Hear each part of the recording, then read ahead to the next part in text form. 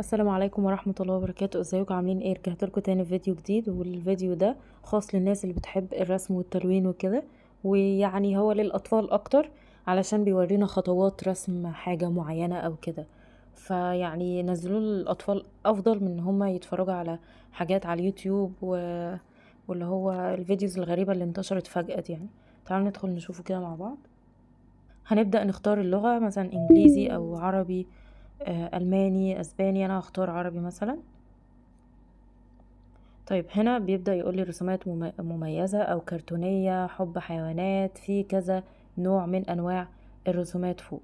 أنا مثلا هختار حيوانات، بس جايب لي كذا رسمة حيوان وأنا هختار الرسمة اللي أنا عايزاها. مثلا أنا هختار الفيل. هو بيقولك عايزها على ورقة ولا على شاشة، ان هو يرسم الرسمة دي على ورقة ولا شاشة. أنا هقول ان أنا عايزاها على ورقة. شايفين بيوريكوا التفاصيل بتاعة رسم الفيل بطريقة يعني بسيطة جدا. دي كده اول خطوة، وبعدين الخطوة التانية. فممكن الاطفال اللي هم بيحبوا الرسم نبدأ ننزل لهم الابليكيشن ده ويبدأوا يجربوا ويرسموا كذا حاجة من الرسومات دي، هينبسطوا جدا يعني.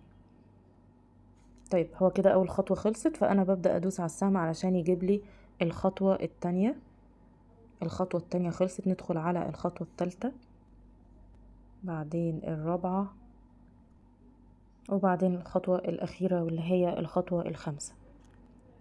الابليكيشن حلو جدا وبسيط، وفعلا الأطفال هينبسطوا منه جدا، الأطفال اللي بتحب الرسم وكده. فهحط لكم الرابط بتاع الابليكيشن في الديسكريبشن علشان تنزلوه. كمان لو عايزين نلونه بنبدأ ندوس على اللي هي التلوين دي، وبعدين هو بيبدأ يلونه على طول. تمام اهو. طيب زي ما رسمنا مثلا حيوان او كده، خلينا نشوف نباتات وزهور. خلينا نشوف مثلا اي حاجة بسيطة زي مثلا الوردة دي. خلينا نرسم على الورق. انا مش بحب الرسم على الشاشة، بس انتوا ممكن تبقوا تجربوه يعني، بس الرسم على الورق هيبقى افضل يعني، بيعلم اسرع واكتر واحسن يعني. دي خطواتها اكتر. ممكن كمان نلونها من هنا، شكلها جميل قوي فعلا. في رسومات كتير جدا حلوة. واحنا اهو في اجازة، فبدل ما يفضلوا يتفرجوا على فيديوز ملهاش اي 30 لازمة على اليوتيوب او افلام وهكذا، خليهم يتعلموا مهارة، يبقى عندهم هواية يحسنوها يعني في الاجازة ويطوروها. اتمنى تكونوا استفدتوا. ما تنسوش تعملوا لايك وسبسكرايب وتفعلوا الجرس في القناة. ولو حابين تسألوا عن اي حاجة ابعتولي في الكومنتات وانا هشوفها. واشوفكم على خير ان شاء الله، والسلام عليكم ورحمة الله وبركاته.